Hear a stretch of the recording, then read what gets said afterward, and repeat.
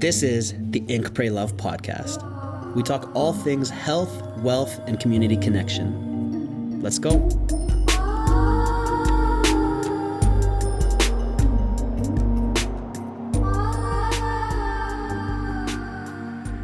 Welcome back to the Ink, Pray, Love podcast. Today we have an absolute gem, my homeboy Bobby Maximus.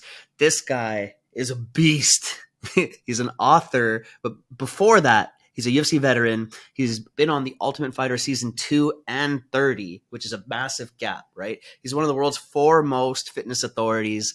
He trains every damn day. He motivates me to get hard and just get in the game and don't be a bitch, especially all that little help that you were giving me when I was in a wheelchair and through even just little things like, hey, I want to write a book, Bobby. And you took time out of your schedule, give me a call and school me through it. So you're always there to help. You're always there to be a badass and also the most hardcore looking version of Mr. Clean if he became a superhero. Welcome, Bobby. Remember, bald is beautiful. Embrace it. If you're one of these guys out here, I'm going to give you some advice for life. If you're one of these guys that's balding, don't try to comb over. Don't spray it with a paint. Just shed it. Just let it go. Be happy with yourself. I think there's a massive power in just letting it go and being happy with yourself. That can translate to many, many areas in life. Well, part of it is not caring so much what other people think. Mm-hmm. Like if you really think I'm a lesser person because I'm bald, if you like me less as a person, I don't want you in my life anyway. Mm-hmm, mm-hmm. You know what I mean? And that goes for a lot of things. The way I dress, the music I listen to, if you don't fundamentally like me for something superficial, mm-hmm. Bye. I mean, I'm good. I totally get it because I feel like me and how tattooed I am is also a good marker of that. Like I'm walking down the street and some people will be like, what the fuck? And like, yeah, you know, they're like, stay away from me and give me a wide berth. And I'm like, great, more room for me. Great, that's good. You know? And then other people will see it and then they'll be like, oh, well, actually, though, they see me smile and laugh and they're like, okay, guy's cool. Like they actually gravitate towards me once they get past the why is your head tattooed factor. Yeah.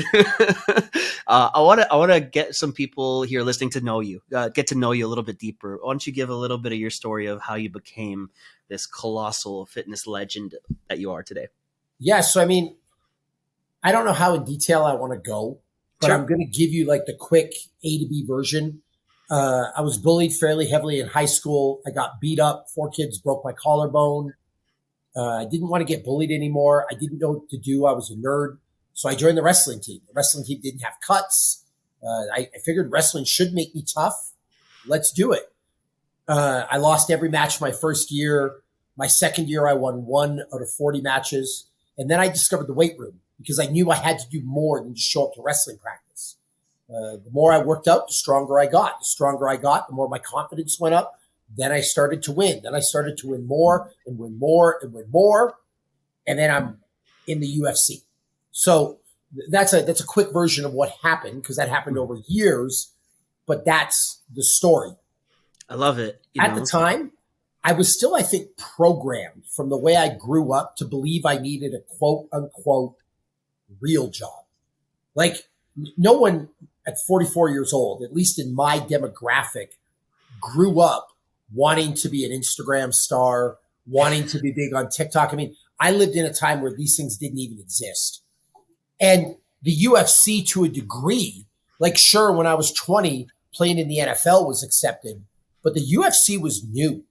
Like if you put it in perspective, I was on season 2 of The Ultimate Fighter. Like I was around at the birth of the sport. So it wasn't even like I grew up thinking that was a viable career opportunity. And so I taught for a little bit.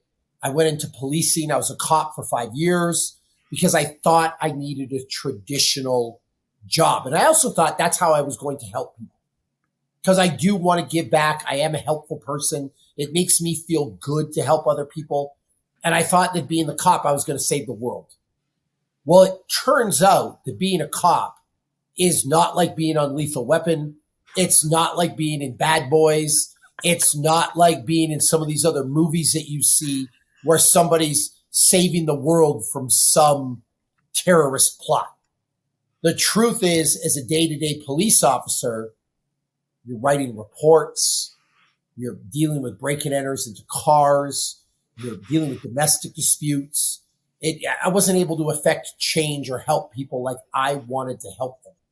Mm-hmm. Now, it is a very necessary job, and I've got nothing but respect for police officers, and they do an incredible job that no one else is willing to do. But it wasn't for me. I wanted to reach a greater audience. I wanted to help a larger group of people. And for me, it came down to one simple thing. Exercise changed my life. I've seen exercise change other people's lives. People who have been unfit, unhappy, miserable, and through working out and fitness, they've gained confidence. They've become happy. They've gotten the ability to chase their dreams.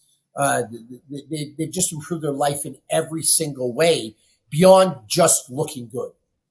And so that's why I decided to go into the exercise industry and try to make a run at it, because I really think that it can change the world. And without being too dramatic, everyone's got this idea that they want to help the world, and they want to help it in different ways.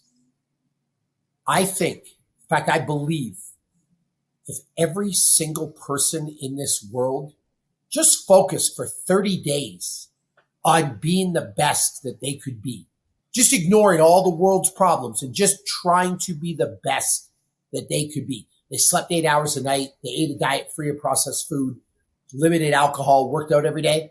You'd see a remarkable worldwide change just from that. I believe that wholeheartedly. I love that. That's massive. And we forget so much on if we take care of ourselves deeper and not in a selfish way, just like in a holistic way, that vibrates out and we do a lot better than if we're just slamming McDonald's and, drinking Red Bull vodkas and, consistently. You can't possibly feel your best, and you can't possibly make good life decisions when you're filled with poison, when you're not moving, when you're sedated. Like, you can't, it's impossible. So what I tell people is work on yourself. And as your happiness increases, which it will, your confidence increases, which it will, you start to feel better and have more energy, which will happen. Man, that will affect other people around you in an overtly positive way. And imagine them doing that and their friends doing that. It'd be remarkable, I think, what would happen. I love that. What's like your top, day-to-days, if it's the intermittent fasting or fasted cardio, like what's like your, I'm asking for a friend because he wants to get really cut in like a month because he has to go film in LA. All right. This guy. Yeah. So what would I do just to like deep dive into being? It's actually easier than you think. Let's hear it.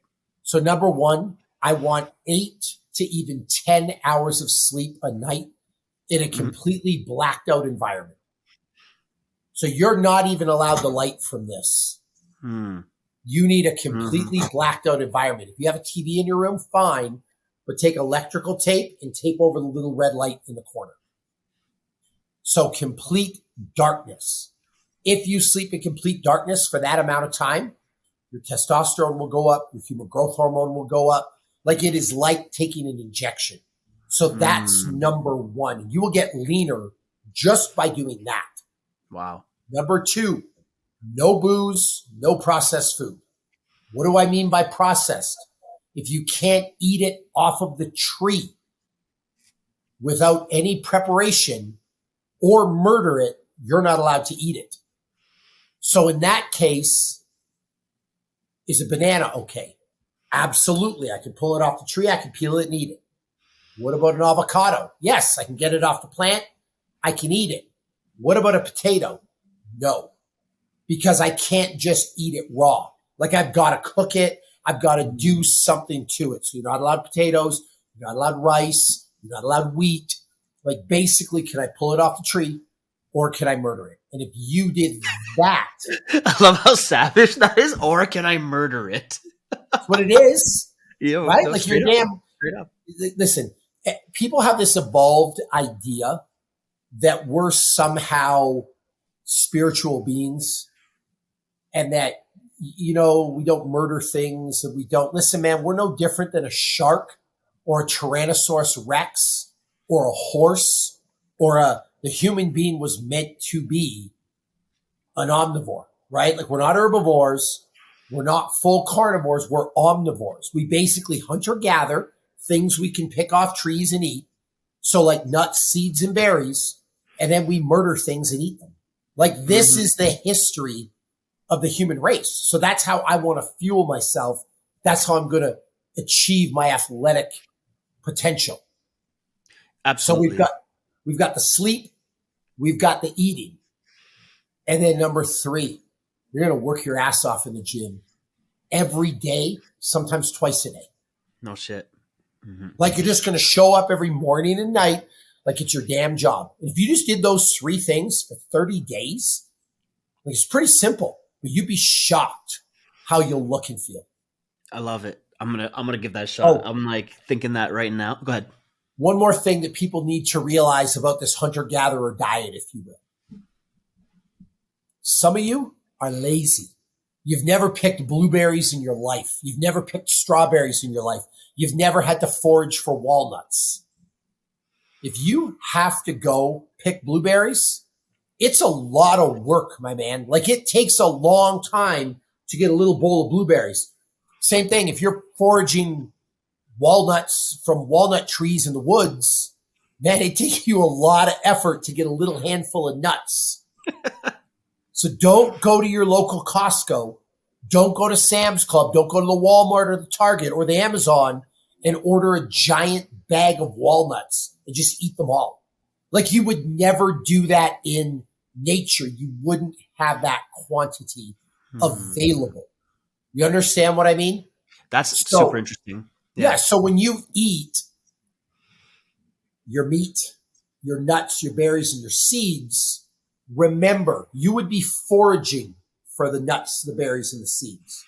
So you eat those in smaller quantities. On the other hand, when you kill a woolly mammoth, you're eating good. And you're eating a lot. So eat a lot of the meat. You can eat a lot of the eggs. You can eat a lot of the chicken. But when it comes to the seeds, the nuts, and the berries, you get small handfuls. So just use your head. If this was in nature, how would I get it? And it wouldn't come in a giant, 9-liter bag. Like that's absurd.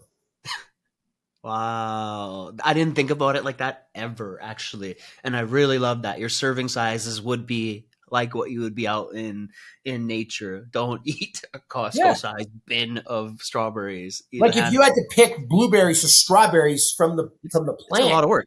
Yeah. You wouldn't just be like, you get a little handful. Yeah. You know what I mean? Like you wouldn't get, but right now we have rows and rows and rows and rows and rows of strawberry plants and a machine plucks them all off and then you could just buy them. That's not how you would eat. You would be walking and you would find a plant and you would pull the berries off it and you get a little handful you'd eat. And that might be what you would get for 3 hours. Yeah. Yeah. Okay. I think that there's just way too much accessible to us, way too easy in the current day. That's fucking us up as humans. Just way too much.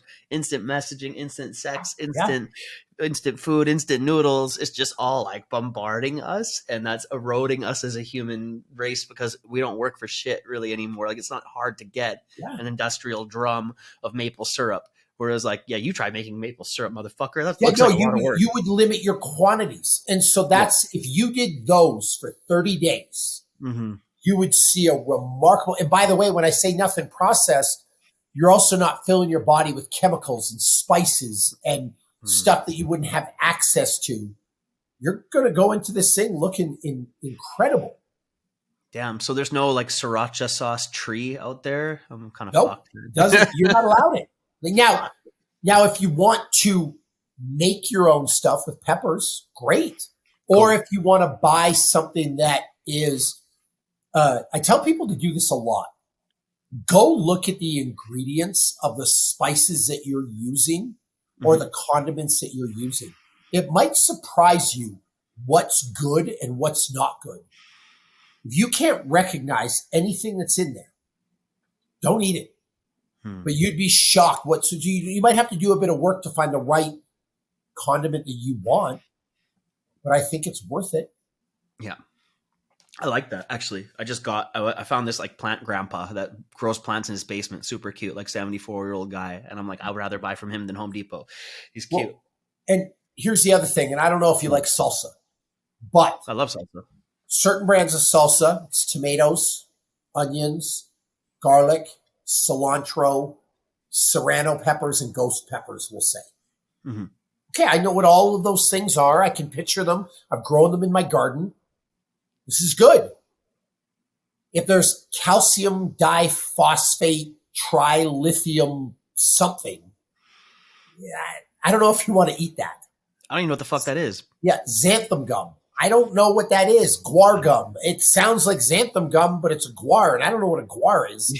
I don't want that. Potassium chloride. I don't know if I want that.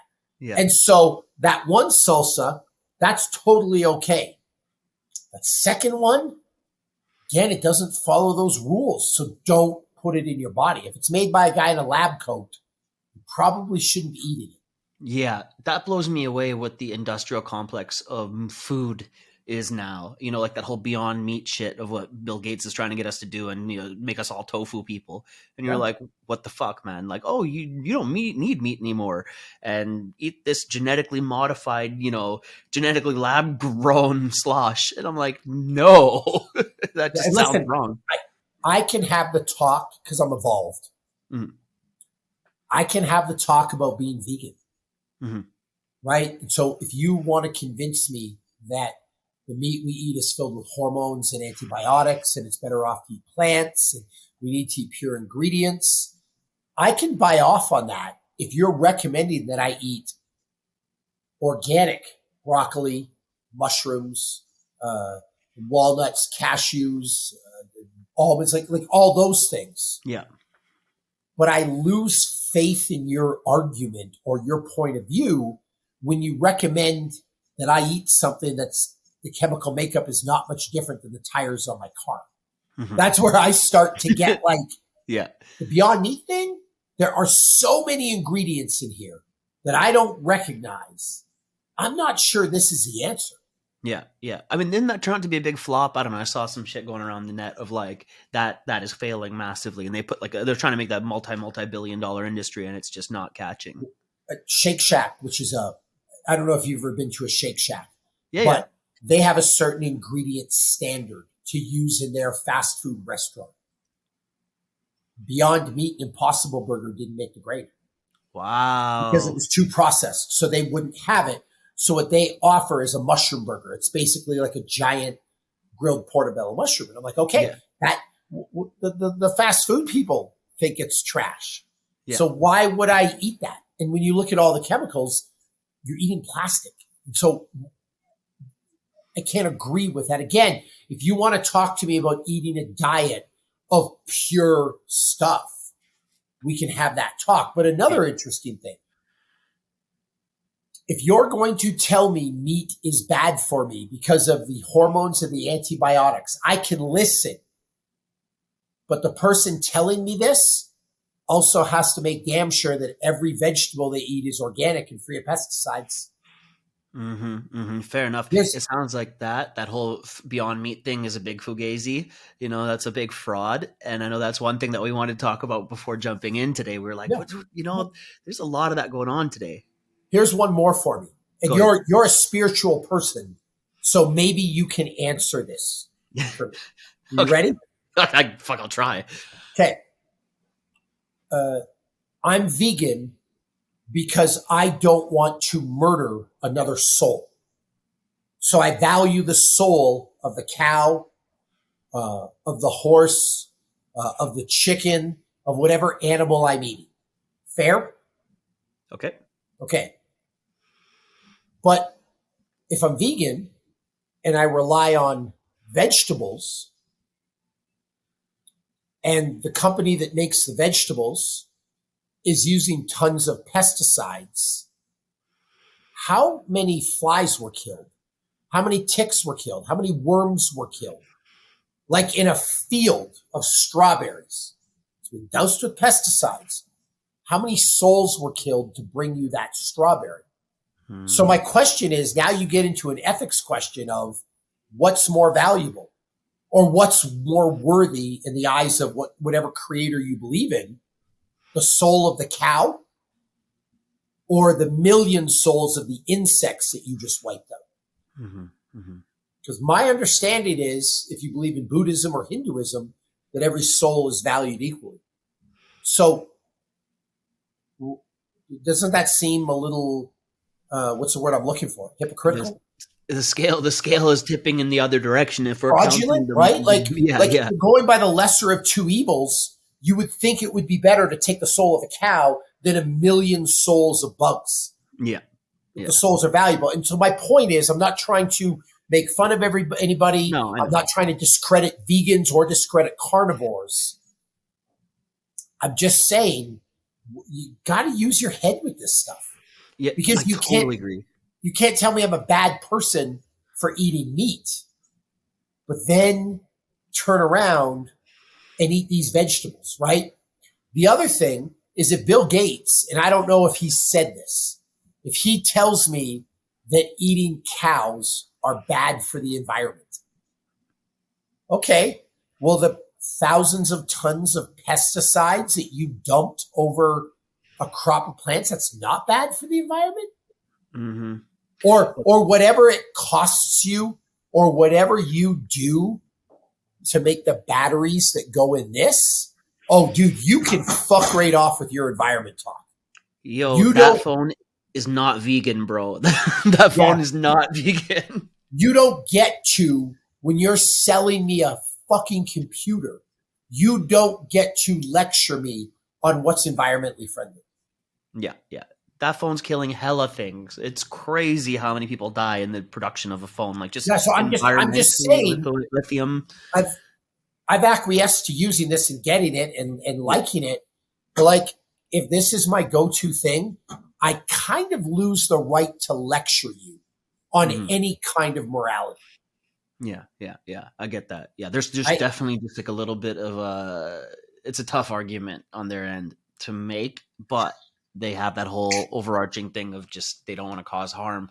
But I feel like everything is kind of causing harm right now. I guess you can just yeah, scale on what level of harm you're good to cause. Like which level are you acceptable? yeah, and You so know, that so not to cut you off, but it's an important point. nice. So that's why when I gave you that exercise advice, Hmm. I ignore all the noise. I ignore all the let's pretend I'm an evolved human.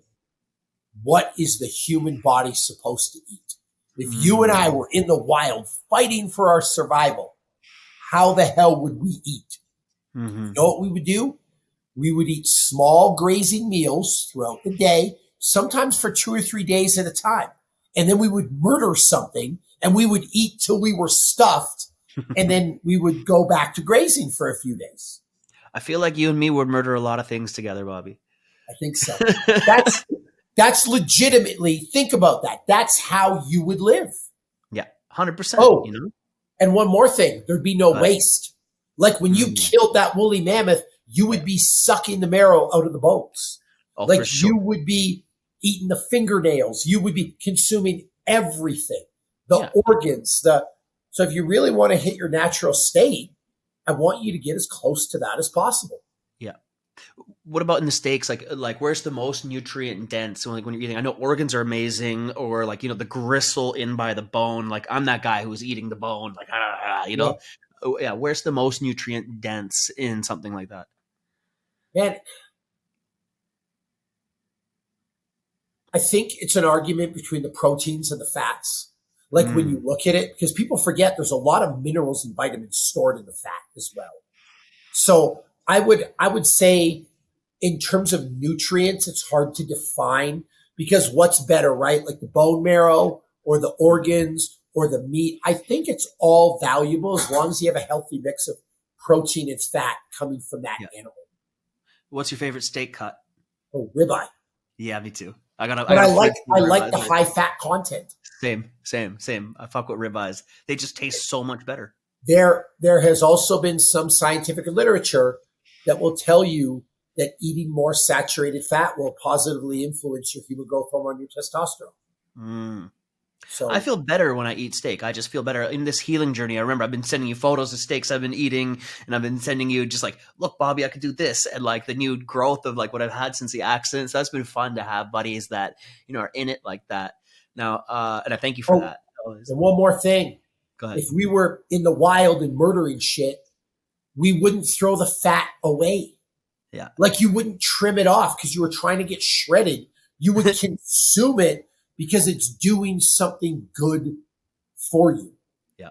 Yeah. Yeah. Absolutely. So much energy in that. I feel Yeah. focused when I'm eating more fat in that way.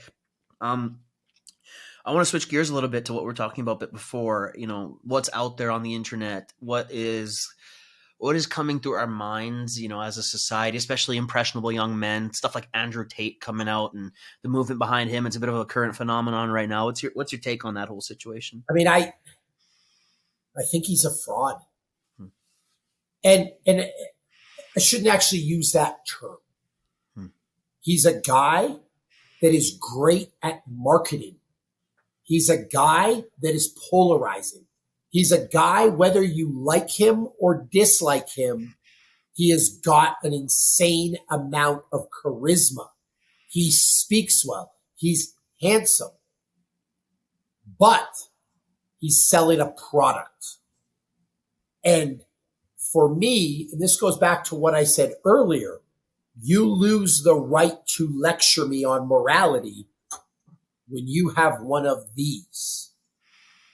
So if you're Andrew Tate and you made your money pimping girls in the webcam industry, you need to stop talking to me about what type of woman I should select to be my partner. You need to stop talking to me about how I should treat women.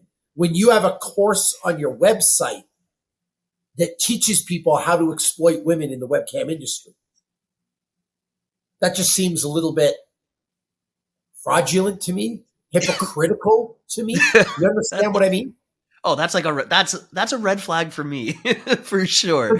And not a judgment. You live your life how you want, but don't come at me with your moral judgment. Mm-hmm. Don't come at me about how I should eat and live my life and give up porn and give up alcohol.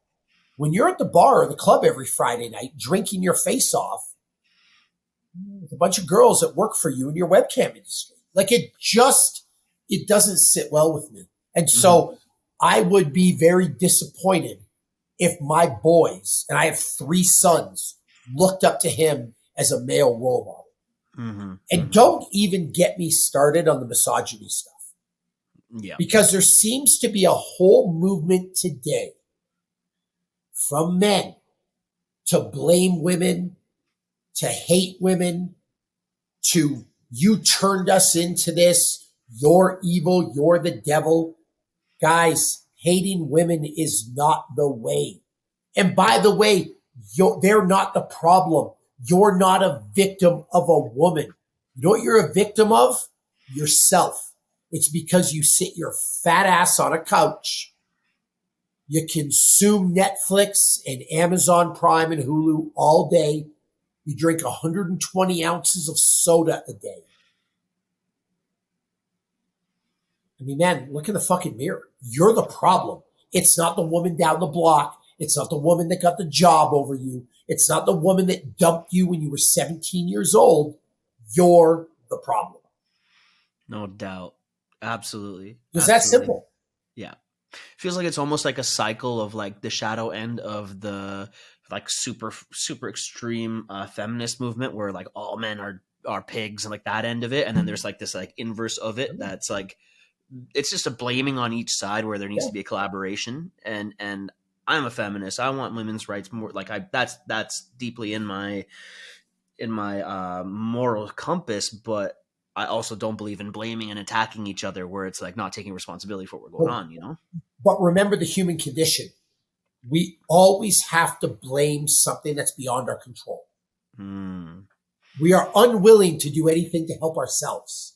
Mm-hmm. So therefore, it's got to be somebody else's fault. Like it's the mysterious they. And so you get into internet conspiracies. Listen, Aren, I love you. You're an important guy. China doesn't care about what you're doing right now.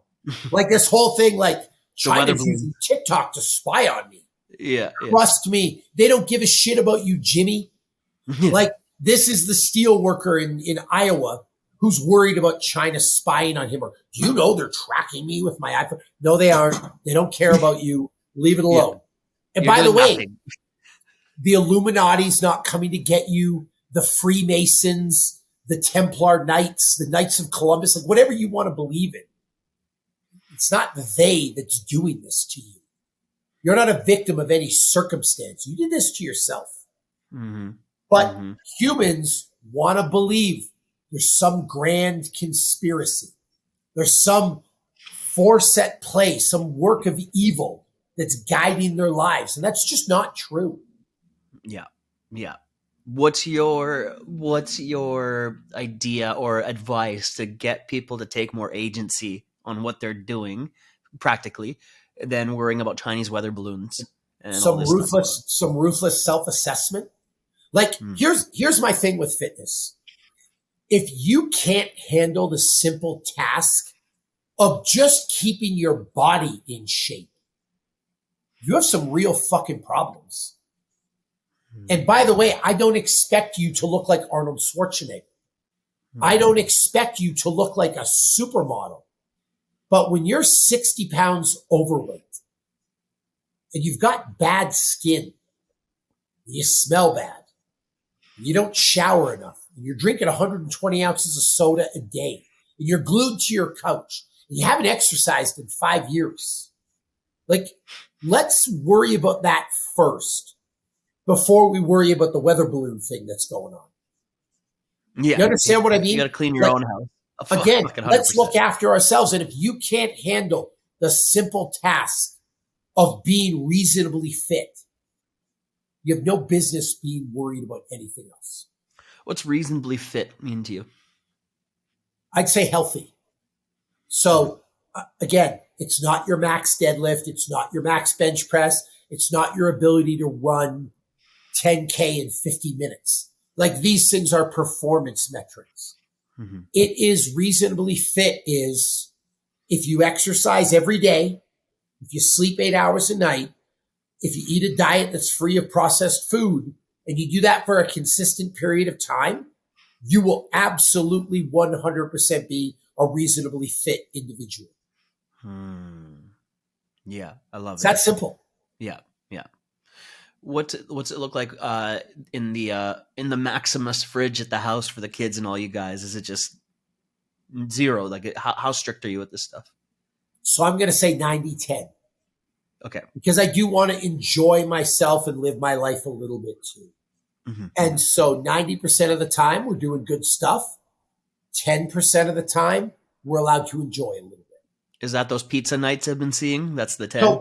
So yes, except, can I pull something up on here?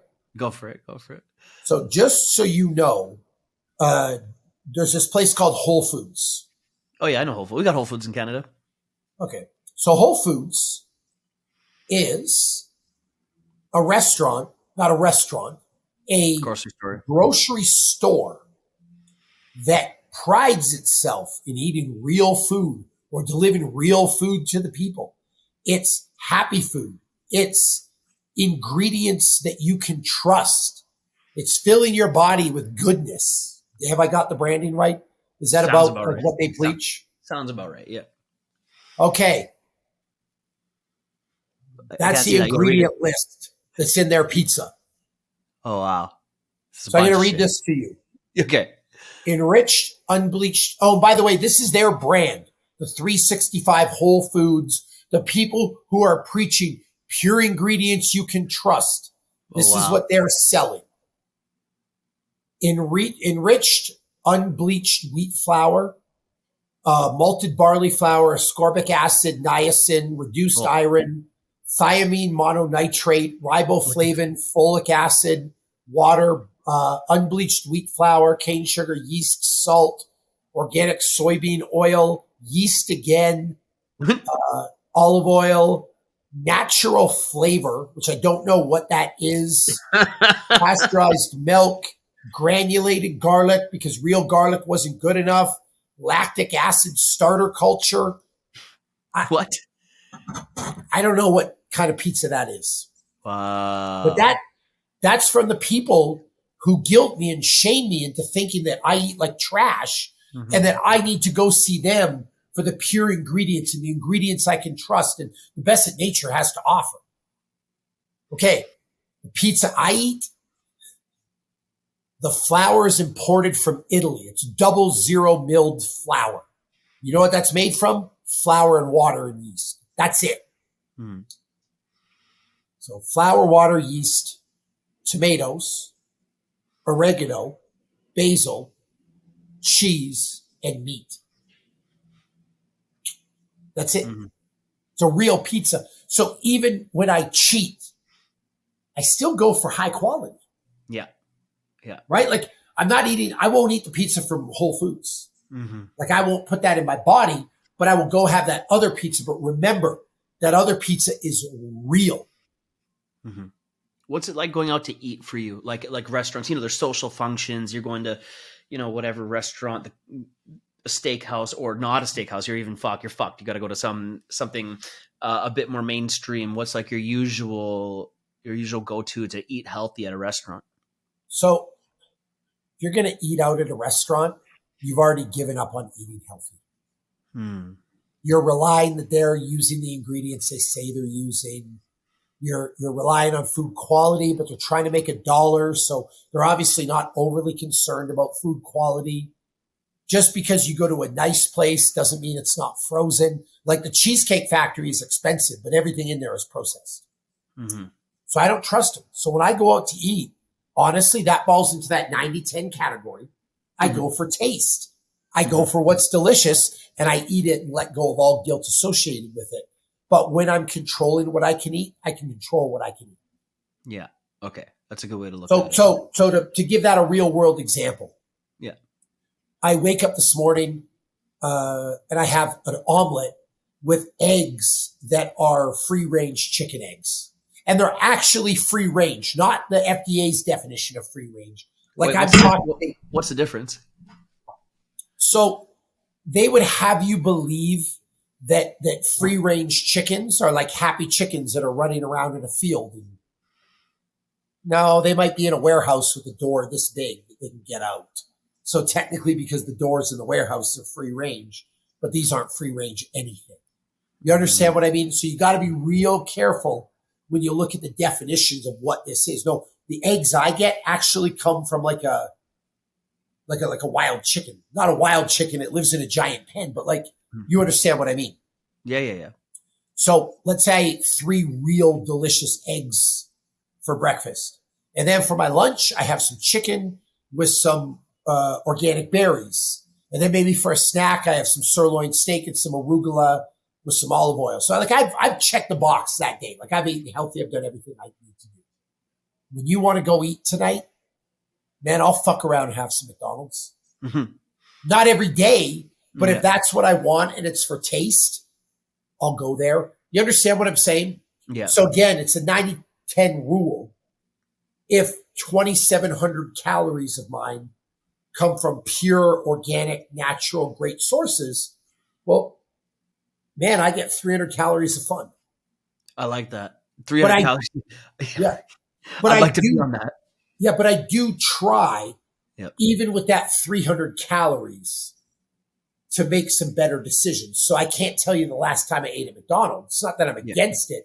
Yeah. But if I have the choice between the fancy pizza place and McDonald's, I'll go to the fancy pizza place. I think us, like people like us and a lot of people that I know now are more and more happy to pay for quality. Like we want something good. I'll go and I see the one that's like $1 or $2 more expensive. And it's the organic, the butter. I'll get the butter. Maybe that's not as common as you think. I see you kind of shaking your head to that, but like I'll pay for the better thing, So here's what I was going to tell you. Good. There's a guy. I can't remember his name right now. He's an English guy. He's a chef. He's won like Michelin stars. He calls people all kinds of names that I don't even know if I'm allowed to say here. Like an idiot sandwich. He calls him a twat. I think it's Gordon Ramsay. Yeah, that guy. You fucking donkey. That guy. Okay. Yeah. Yeah. So you go to Gordon Ramsay's restaurant.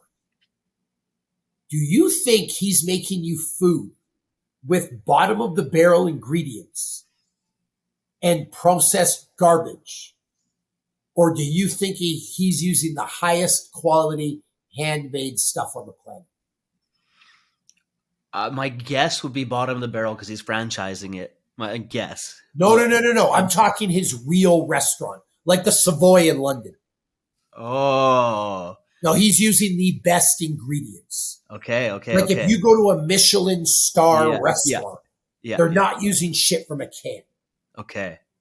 Yeah. You understand where I'm going with this? Yeah, absolutely. So you're actually eating better, or you're happier, or you're eating tastier stuff by using real ingredients. Gordon Ramsay doesn't cook with margarine. He cooks with real butter.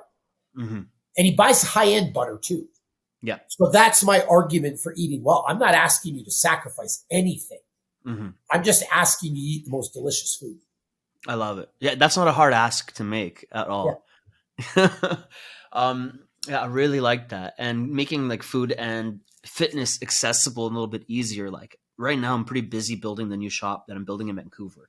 And I'm running around a lot, picking up supplies, just doing stuff. And I'll have like 1 or 2 meals at home that I'm cooking. And I'm usually pretty carnivore heavy with healthy fats, avocados, eggs, steaks, organic bacon, like from boars. That's pretty cool. I like that stuff. I like eating something mildly exotic. But then 1 meal a day I'm fucking up and I'm having out in the road. And it's like, you know, at a quick restaurant. I like Vietnamese food a lot. It's fairly fast, not too expensive. I like the bone broth they use for pho. But every once in a while, fuck up, I'm on the road and I haven't eaten all day. And I'm like, I need something quick.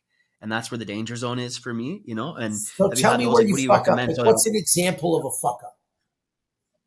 I'll get like 2 burgers, you know, no fries, maybe a pop, but that's it. And that happened like, or a couple slices of pizza or something. And so it's like, I'm super busy. I only have from this, like the one on the road, like nothing high end. This is like a no, I know. But when you're on the road, when you're out, what kind of place are you stopping at? Because you're in Vancouver, right? Yeah. McDonald's, A&W, you know, kind of things like that. Yeah. So first of all, and I don't know if it's still like this, but like I think Harvey's is better quality than McDonald's. So like I would go to a Harvey's before I went to a McDonald's. I would go to a Shake Shack before I went to a Harvey's. Like you can pick among the fast food places. You can make a better versus a worse decision. Number one. Number 2, soda or pop, as you call it, is poison. That's a character flaw on your part. That's not, you didn't have to have the soda. No, you're right. You would have been just fine without it. That's a character flaw. The burger. If you're eating for function, if you want to get shredded, what I do, I get the burger without the bun. Yeah. Right? So if I am eating at McDonald's, give me a double quarter pounder with cheese, no bun. Now, I'm not saying it's perfect. Yeah. But I'll tell you, at least the meat has some nutritional substance. The bun is just trash. Yeah. So again, if you have to have the bun, that's a character flaw. I've never heard that term before. That's a character flaw. I love that. Tell me a bit more about that term. Because you either want to engage in some type of self-destructive behavior. Okay. Or B, you don't give a fuck about your goals. Or C, you don't give a shit about your health or wellness. Or D, you actually want to be fat. I don't know. Like what's the reason that you had to have it? I think there's something about convenience, you know, and I'd say it's probably just not being in a rush and wanting to not. So let me ask you a question. Go ahead. You're one of the hardest workers I know. You've overcome a lot in your life. You've done things that normal people would only dream of doing. You have a podcast that's dedicated to helping other people. What the fuck do you mean convenience? Don't fucking hand me that. You don't do shit out of convenience. You're a liar. So honestly, what's the reason you're doing it? maybe gluttony. Maybe I just like the taste of those things. That could Do you be know what it I'm too. saying though? There's Yeah, some yeah, type yeah, of comfort it brings you. Like yeah, what, yeah. did your fucking mom or dad not give you enough hugs as a kid? Like why are Very, you very like likely. there's Yeah, some reason you're doing this. yeah, You yeah. need to figure that out. That's pretty good. Yeah, Because I like that. I will buy hunger if you have nothing else to eat. Hmm. You haven't eaten for 12 hours. It's the zombie apocalypse. The T virus has infested the earth. And the only thing you can find is a package of moldy bread. Okay, cool. Like you got to eat it. Great. But you had the choice to get the bun or not, and you're not starving. So why do you have to eat it? And why did you have to have that soda? This is gold. Thank you. Right? Like just if you're a guy and Hmm. you're married or you're in a committed relationship, just because there's a naked woman in front of you doesn't mean you have to, that you're powerless to stop yourself from cheating. Hmm. Right? Like you got a problem. So Yeah, yeah. and really what it comes down to is you don't value your goals enough. Mm. That makes sense too. I think it's far too acceptable and convenient to not be in good health these days. Like this might be a little controversial. Fuck, I don't know if I want to like dive into that part, but it was on my mind the other day how I'm like, fuck, are we normalizing being unhealthy? Like we're just Yes, normalizing it, but you nobody know? wants to be unhealthy. Like here's my No. thing. Nobody makes a plan to be Hmm. fat, lazy, or broke. Hmm. And it's not a judgment. If you are fat, you're not a bad person. If you are broke, you're not a bad person. If you're lazy, like I'm not going to say you're a bad person, but nobody wants that. Hmm. Do you know what I mean? And Totally. so why are you behaving that way? Hmm. I think humans are self-destructive creatures. But let me ask you a question about the soda. Okay. I will give you $20 million, not Canadian dollars, that 20 million Canadians worth like $1.75 US these days. But I will give you 20 million US dollars if you don't have soda for 30 days. Could you do it? Fuck yeah. Okay. So we've established that you value $20 million more than this photo shoot Hmm. Hmm. Hmm. because you can't give up soda for the photo shoot. So what I'm telling you is that photo shoot is just not that important to you. Hmm. You understand where I went with that? Yeah, priorities. The matrix of priorities there. Yeah, it's like when we play the game. I would never do that. Hmm. How about for 20 mil? Well, yes, I would do. Okay, so don't say never. Yeah, We've yeah, like now, what about 100K? And you're like, no. Okay, so I've just discovered that like you won't do it for 100K. You'll do it for 20 million. Your price is somewhere in there. yeah, yeah, yeah, yeah, yeah, yeah. Yeah, yeah, yeah, yeah. That's so funny. There's those games that you'd always play around that are hilarious. So, what would you say then? I guess we got to make ourselves want it enough to eat as healthy when we feel like discipline. I feel with me is way. It's funny. I was just having this talk this morning where in the morning I'm like rock solid. Get up, meditate, hydrate, go to the gym, movement. I'm on it. I'll have like a big protein heavy breakfast. And then by the end of the day, after I've talked to like 60 people, I've done 5 jobs, I come home at the end of the day, I'm like, oh, fuck, I just want to watch TV and eat ice cream or something. Like, I just want to chill now. So You don't want it bad enough. You don't care enough. mm, Let me how do tell you you make, a story. go for it. I had a client. Dude could not stop eating nuts. Nut butter, Reese's peanut butter cups, walnut butter, almond butter, cashew butter, Nutella. Just couldn't stop. Dude's like 80 pounds overweight. Just gorgeous on the stuff all the time. So I fired him as a client. Said, I'm not training you anymore. He's like, why not? I'm like, well, you're training with me and you look like trash because you can't stop eating. And now everyone thinks I'm a terrible trainer. So no, you can't work with me. If you're not committed, I'm not going to waste the time or energy on you. Mm. Like it's actually costing me my inner peace. So you're done. So I fired him. I ran into the dude a few years later. He lost his 80 pounds. holy shit, what changed? This is incredible. He goes, I just stopped eating nuts. What the fuck? What do you mean? I told you every day for 2 years not to eat this shit, and you said it was impossible to stop. He had a kid. And the kid was deathly allergic to nuts. Wow. So he just stopped eating them. Like, oh, so you value the life of your kid. Got it. Easy. Done. You lost your 80 pounds. Well, you just value that more than you did losing that body weight or losing that fat. You understand the moral of this story? Yeah. Yeah. How would you value something enough, you won't slip up. How would you get people to value it more then? Is that, I know that's a very internal thing. You can't. And you don't have to value it. Mm-hmm. You don't have to want to be fit. You don't have to want to be rich. You don't have to want to be your best. You don't have to own a Bugatti or whatever Andrew Tate says you have to own. But then stop crying about it and stop feeling guilty about it and stop hating yourself because you don't have it. Mm-hmm. Just be happy with where you are.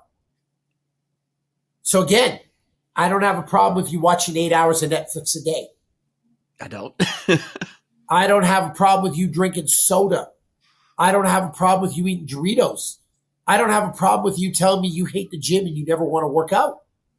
But don't come to me and complain that you're 30 pounds overweight and you feel bad. You obviously made that choice. Be happy with it. Stop with the internal guilt. Mm-hmm. Mm-hmm. I like that. Yeah, that's powerful. And I'm sure the internal guilt isn't helping the issue anyways, because that weighs you down too. No, for sure. But just be happy with your choices. Yeah. Or fucking change them. Yeah, like don't be stupid.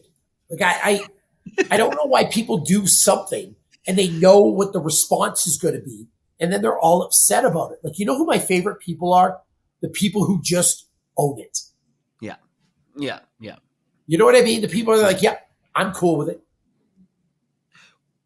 I like that, and I'm seeing that in, like, I know it's big in PC culture right now. I really respect the people that are like, okay, they're large, but they fucking own it. And I'm like, cool. I'm fine with that. Dope. I like it. I have the real issue, and I come across as a hard ass. And so, like, people, I love you. People get me wrong.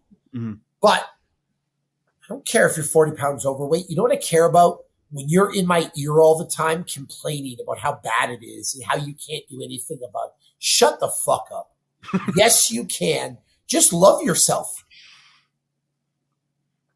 You know, I'll tell you a story. One of my police partners, when I was a cop, he was out of shape, didn't exercise, didn't eat healthy, but he was one of my best friends. And he says to me one day in the police cruiser, he goes, "Why are we friends?" I go, "What do you mean?" he literally goes, "You're like Arnold Schwarzenegger and I'm like Danny DeVito. Like, why are we friends? Like, you're ripped and jacked and all you do is exercise and eat chicken breasts, and me, I'm out of shape and I drink soda and I do nothing. And I like, why are we friends? What do we have in common?" And I listed some things we had in common. Like, we both loved Shakespeare. We loved like similar books. We studied English in university. But I said, the reason we get along is because you don't get in this cruiser every day and complain about how fat you are or how out of shape you are. You're just happy. So now we're cool. Yeah. If you're constantly complaining about your position and you're not willing to do anything about it, it's like eventually I'm like, dude, I don't want to fucking hear it anymore. Yeah. Like, that's where I have the issue. You know what I mean? Tell me. I know exactly what you mean and more. I have a very real situation like that. Yeah. Very close to me. Yeah, that's huge. The thing that came up for me also was, yo, how come cops can be fat? Like, don't they have to run after robbers and shit? Apparently not. You would think, but being physical, shoot them these days. Yeah, I mean, like, it's just not. It's not a huge part of the job, to be honest with you. Really, it is when you really need it. Yeah. That's the scary thing. Yeah. Right. Like, if it's a life-threatening situation, oh hell, I want to be fit. But a lot of times you're a desk worker. You're just taking reports. Like, it's not, again, when you're a cop, it's not like Bad Boys or Lethal Weapon. You know what I mean? Like, it's just not. There are a lot of cops who've never discharged a firearm. Hmm. A lot. You understand? Yeah, for sure. Yeah, that But makes a lot of sense. I think it's like a very common like American fat cop thing. Like yeah, I see that a lot, you know. And I think here in Vancouver, actually, pretty good. I look at the police force here; they're all in pretty damn good shape. yeah, Uh, and I like to see that. It was funny because obviously in my early 20s, I was a fucking loose cannon idiot, and so obviously guys in my neighborhood didn't like police officers. Now as I'm getting older, I just see them as like they're bros too. And I was at my shop's on this place called Commercial Drive in Vancouver. It's a pretty happening area, and there was like 5 cops out front sitting there, like young guys. I could tell they worked out, like gym bros. I just saw gym bros, and we're opening this shop. We're going to give 20% off to all police officers, paramedics, firefighters. Because during COVID, they deal with so much shit in our city. I just wanted to like hook them up, and I figured it would be cool for them to have a place that they could go get tattooed and feel welcomed, right? So I yeah. walk over to them, and I'm like, "Hey guys," and they like what's up? Kind of like, why the fuck is this shady looking brown guy coming over to say hi, right? Instantly, they're kind of like, what do you want? Energy a little bit, like, can I help you, but not like hi. And I'm like, yo, I'm opening this tattoo shop right here. I'm giving 20% off to all the cops. And they're like, yo. And they like instantly became like buddies. Is hilarious, the stigma around that. What did you have to deal with as a police officer that time? But you're also massive. So like, what kind of flack did you get? What do you mean in terms of like people Hating on you. talking to me? I mean, I'll say this. I think police can be their own worst enemy or their own best friend. How the public interacts with you is a direct reflection on how you interact with them. So just as an example, this is a Canadian thing. In Canada, it is very polite to ask somebody if you should remove your shoes before you go into their house. At least where I'm from. If I came over to your house, I would say, hey, do you want me to take my shoes off? Like, it's just a polite, would you agree with that? 100%. 100%. Or how about this? I've never talked to you a day in my life.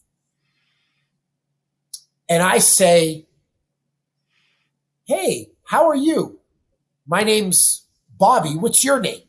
How does that feel? Yeah, welcoming. Nice. What if I just look at you and go, hey, you, give me your license? Fuck, dude, like, you're just off to a bad start. That's not the way you communicate with people. Mm-hmm. So, like, I don't have to walk around mean mugging people all the time because I'm the police. Like, how about just this? Hey, how you doing today, sir? Hey, are you from the neighborhood? Like, why can't I just be friendly? Mm-hmm. And if you're like that as a cop, and I was really friendly, it's a funny thing that happens. It's actually shocking. People are friendly back to you. Do you know what I mean? 100%. Absolutely. I mean, I know what you mean in a different way of sense of like me being this tatted up where it was like a bit of a stigma sometimes. And then I'm just friendly. I'm friendly everywhere I go. I hold doors open for people. It makes me feel good. I just like being nice. And I notice how the world reacts to me is so much nicer than if I was this tatted up and then just being just, like, Just be nice. Let me grab one thing for 1 second here. Sure. Just plug it in my computer because it's going to die. All good. Let me ask you a question. Yeah. I don't know if you're allowed to answer it. Have you ever been arrested? Yep. You've been put in handcuffs, right? Yep. So I'm going to give you 2 scenarios of getting arrested, and you tell me which one you're going to feel better about, you're going to comply with, or is going to go good for both parties. Mm-hmm. Well, not good because somebody's getting arrested. You understand what arrested, man. Yeah. So I'm going to arrest you for something. And without saying anything, I just grab your wrist as hard as I can and try to turn you and torque you and contort you into handcuffs. That's option 1. Option 2 is I say, listen, Aren, I have to arrest you. What you did is on the body cam. We got cameras. Like, dude, like, I don't want to, but you need to go to jail. I'm sorry. I have to handcuff you. Here's how this is going to go. You turn around, I'll cuff you. I'll double lock them so they won't hurt your wrists. I just want to make this as easy as possible. Can you help me out? What scenario do you think is better in that situation? Yeah, of course, option B. Like, it sounds absurd, and you can't do option B all the time. But a lot of the times, you can just be somewhat polite, and you can actually almost get people to put the damn handcuffs on themselves. So, like, the way you talk is so important. Your body language, how you stand, having some awareness of what you represent. Like, you're carrying a fucking loaded weapon. Like, show a little bit of humility versus coming across hard. Like, a lot of times you will get what you need to get. I love that. I think that's like actually a brilliant rule for life. Just translates into so many things. Or even disarming. I'll tell you what really disarms people. Take it away from policing. You call somebody at Delta Airlines because you have a complaint or you need help with something. This is something I always do. Hi, it's, Colleen from Delta. How can I help you? Hey, Colleen, how are you today? Cue the long, awkward silence. And then they're like, I'm good. How are you? And they sound shocked that someone actually asked how their day was. Yeah. And then they'll say, how are you? And I'm like, I'm great. I actually, though, I just really need some help and was hoping you could help. If you just start the conversation like that, 99 times out of 100, the person will bend over backwards to try and help you. Yeah, absolutely. If you start the conversation with, you piece of shit, you guys fucked me, they ain't helping you. Yeah. You understand what I mean? And so, 100%. Just be nice. It's not that hard. I think that's going to be something I'd love to leave the listeners with today is just be nice. It's not that hard. No, golden words. And it goes so much better. You know what I mean? So again, when you're a cop, people will react to you with the same energy that you're putting out there. You know what I mean? As a cop and as in life, 100%. Yeah. For sure.